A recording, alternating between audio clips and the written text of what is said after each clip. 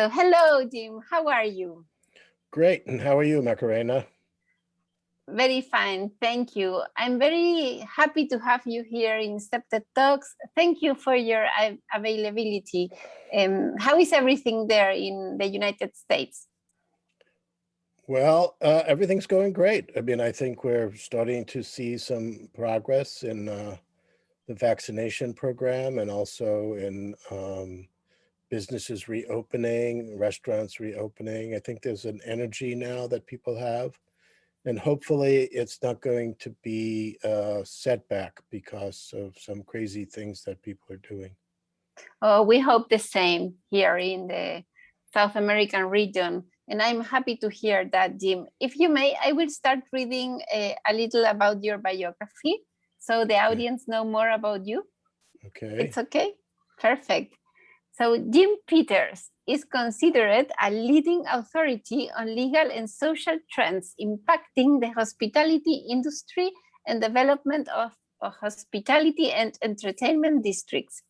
Prior to founding the Responsibility Hospitality Institute, his experience in education includes over 20 years of operations, consulting, expert testimony, and training for the hospitality industry. Additionally, Peters has organized and administered numerous conferences, symposiums, and forums involving national and international experts. He has organized and facilitated coalitions at the local, state, and national levels, and has served as both speaker and facilitator for numerous conferences worldwide. Wow, your curriculum is so long, Jim. So this was a brief resume. But let's start from the beginning. How did you know about CPTED? Well, I began to work in San Diego back in the mid-1990s, and that was when you had President Clinton, who established the Regional Community Policing Training Institutes. And as a part of that, I became aware of not just the CPTED approach, but also the SARA approach to policing. And so that's when I first learned about it. And then the first time I met you was when I went to the conference in Calgary. There was somebody who was supposed to speak there, but he wasn't able to come. So he asked me to fill in for him. And I guess that was a real milestone breakthrough because I had an opportunity to meet you and then to learn more about the work that you do. Yes, Jim, it was a great time there in Calgary in the International CPTED Association conference. And it was great to meet you. And we start a nice professional relationships. And now here we are.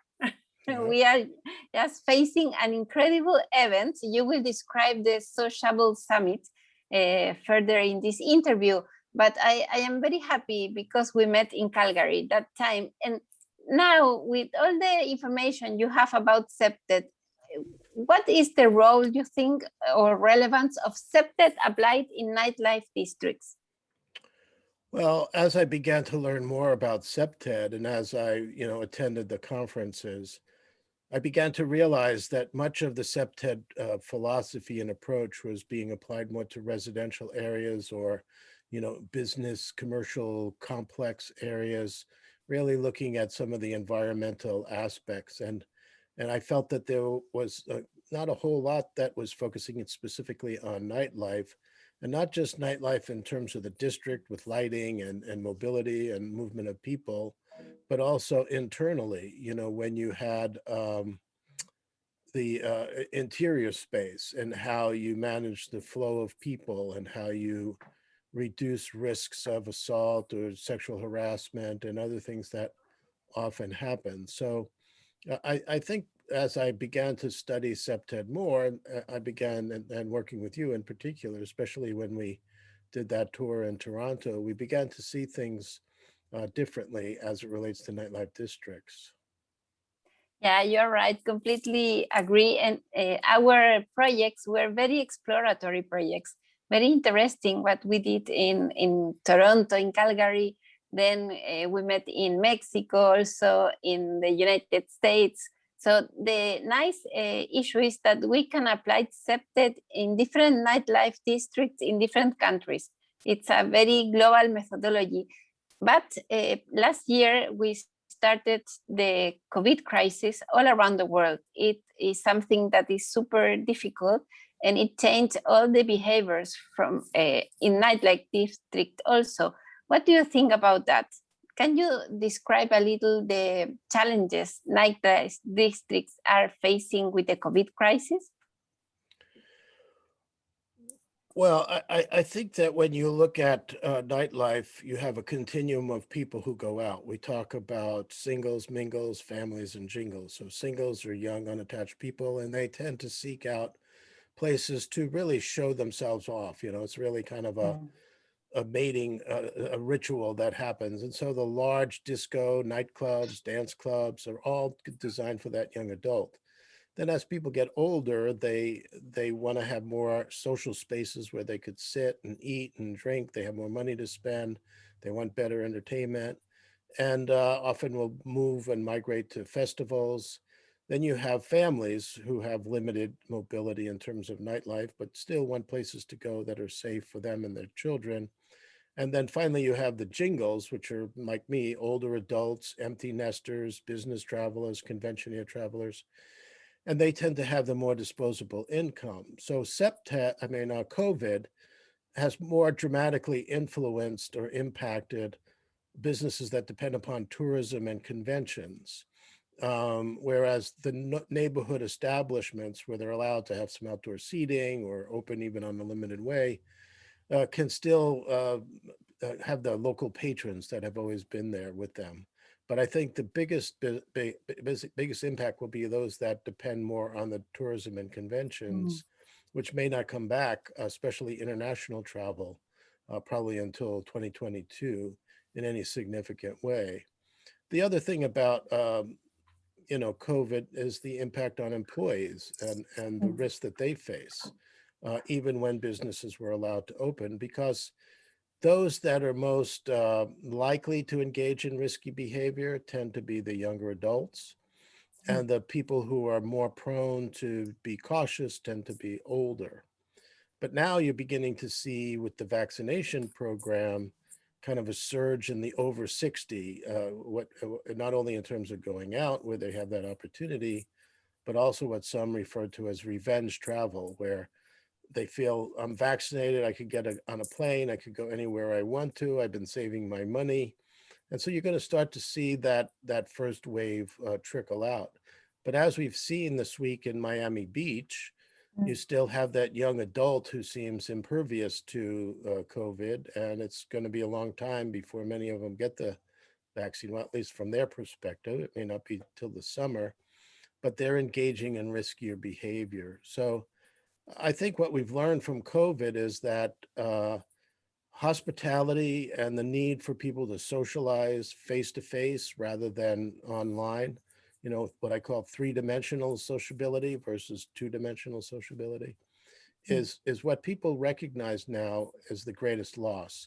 So while you have the loss of jobs among the people who work in the industry, and the tax revenue and all of the tangential industries, like the paper companies and the beer companies and the food companies and the pest control and waste management companies, they're all impacted as well. And we don't really look at the delivery person who brings the linens to the restaurant as losing their job. So there's mm, there's a lot of expanded impacts that go beyond just the bars and the restaurants. And I think it's going to take a long time for them to come back again. A lot of people have been laid off. A lot of people have found other work. They're having a hard time finding security people to work in nightclubs. So even if nightclubs can open, they may not be able to staff it properly. So then you increase your risk. And this gets back to your mm, CPTED.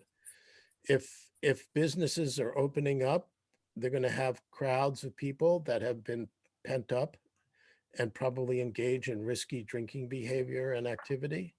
And you're going to have limited availability of security staff. So I think CPTED has to take into consideration all of these dynamics in terms of mm, figuring out ways in which to manage nightlife. And when you get out onto the street, because of a lot of the demonstrations, particularly in the US, against the police, a lot of police may not necessarily be available to work in nightlife districts. Mhm. or their role may be changed significantly. So even introducing CPTED with policing when they're pulling back from working in nightlife districts will be one of the other kind of outcomes that might take years to recover from. You're completely right, Jim. And the environment is getting more complex, and also septet is evolving. We started with septet first generation in the 70s. Then in year 2000, we start septet second generation, considering all the social architecture from communities. But now we are entering the third generation septet that has much to do with liability in spaces and also public health. So I think it goes hand by hand with this complex phenomena of the COVID crisis and nightlife districts. And we will discuss much about these topics in the Sociable Summit next month. Please, can you describe a little about this relevant global event? Well, we've been holding events since 1984, but this series of summits, which has been particularly oriented to public safety, began in 2015. And then over the years, we've helped nurture the idea that cities need an organized office of nightlife and culture, as well as dedicated staff that would work as a liaison. So our summits have become the mechanism for particularly North American cities that are seeking to build these types of offices and staffing so that you have people who understand the complexity of the issue. Our summit tends to touch upon emerging issues. So this one, we're going to be talking a lot about diversity, equity, and inclusivity. We're going to talk about what we call the queer nightlife, the LGBT plus community, and what impacts not only COVID, but the loss of nightlife for that population. In particular, we have a session about women in hospitality, particularly women working in hospitality.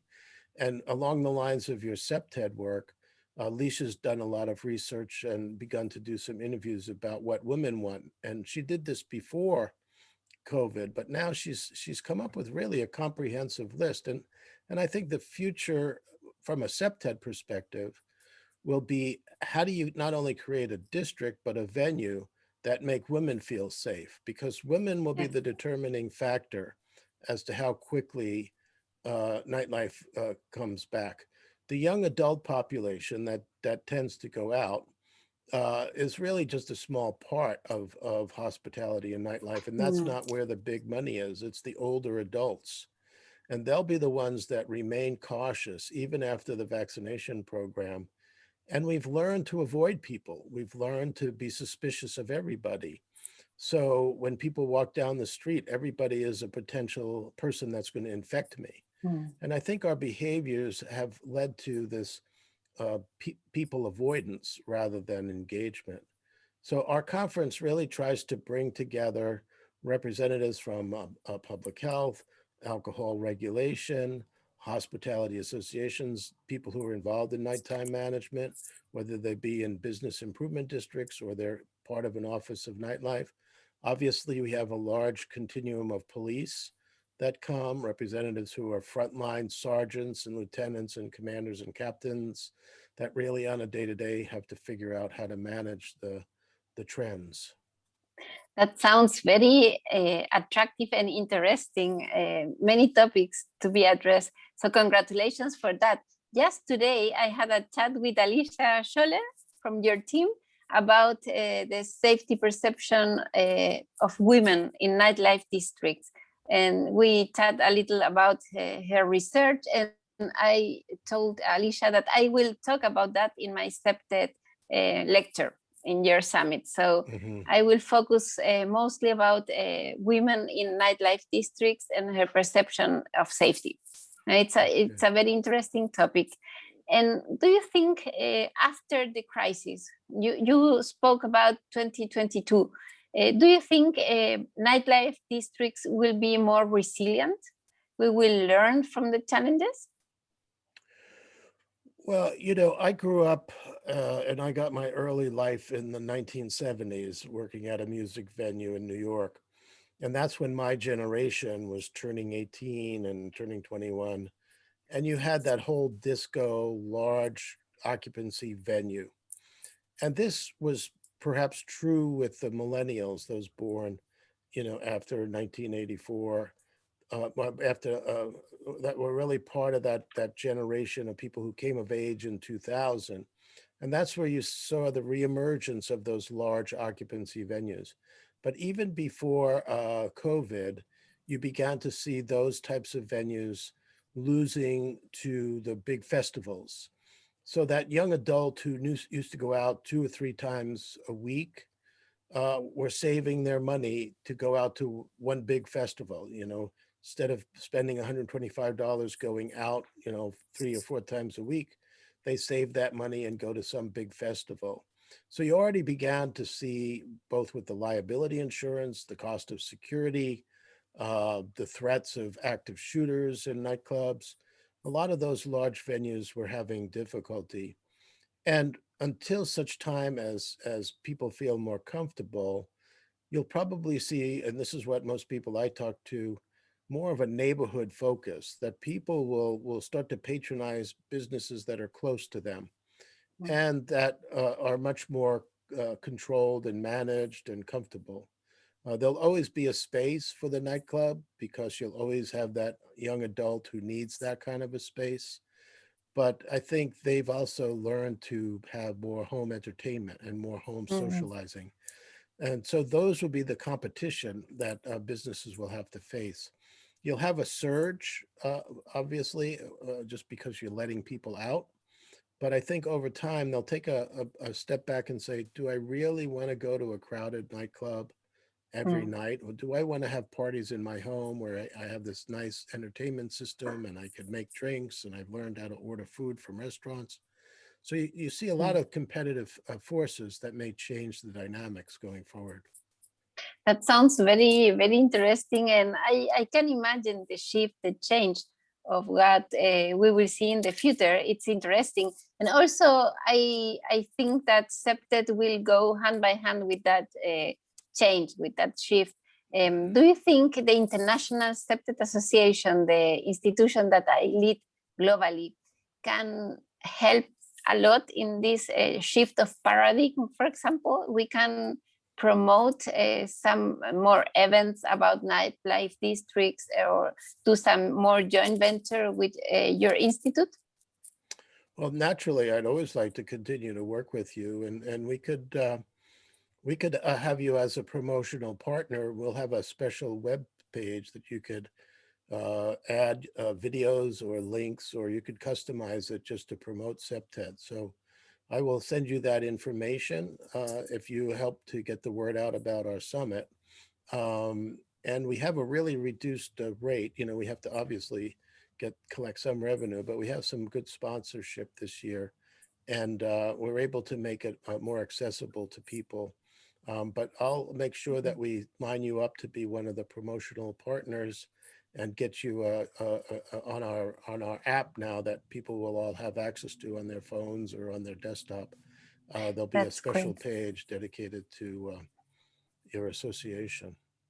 That's great, Jim. Thank you for the opportunity. And can you remember me the dates so the audience knows we are talking about which dates? Yeah, it's April 26th through the 28th. It's 3 days, but they're short days, done like a regular conference where you'd go from 8 to 5. We're really having pretty much like a 4 hour block. And we're doing a lot of short sessions, like your session is a half an Mm. hour. We have some panel discussions, again, with one of your mentors, Daryl Stevens, is going to be on a session. But we're trying to introduce what we call the bite-sized sessions so that it'll give people like yourself an opportunity to give a short presentation and not have to have a lot of panelists or where you can be more concise in what you present and have Mm. more dialogue and interaction. So we have a lot of different formats and a lot of different opportunities for people to network. We're going to create what we call trend spotting forums where it'll just be online chats where people can talk about a particular topic or issue that they feel is important, and the app itself allows for a lot of networking. Mm. Yes, the app is great. So all the format of your summit is very, very interactive, very dynamic, and being digital, it connects with so many communities all around the world. This is a benefit. So congratulations for that. And as closing remarks, Jim, do you want to highlight some ideas for the audience? Well, I do believe getting back to what will happen is all going to be shaped by the women. I mean, women are obviously emerging as political leaders in the world. They obviously have gained a lot of economic power. I think a lot of the focus on sexual harassment and sexual assault has created a way for women to be much more comfortable. And I think in a lot of ways, COVID has also established that distance. We have to remain distant and not touching, and all those types of things that in a club or in a nightlife venue, women found uncomfortable or offensive. I think it'll be easier now for people to accept that distance that they need, and that'll create a more comfortable environment, not only for the women but for the men, because it'll just create a much more sensitive experience for everybody. Thank you for your reflection. It's very interesting, and I agree with you. I think this is a time, bueno, for everyone, but also women's sensitivity or perception is very needed. So it's a very good spot and opportunity to invite women to raise their voices and be an active part of the diagnosis, design, and implementation of strategies for safe nightlife districts. So thank you so much, Jim, for this interview, and we will keep in touch, and much luck and success in your summit. Okay, well, thank you, Macarena.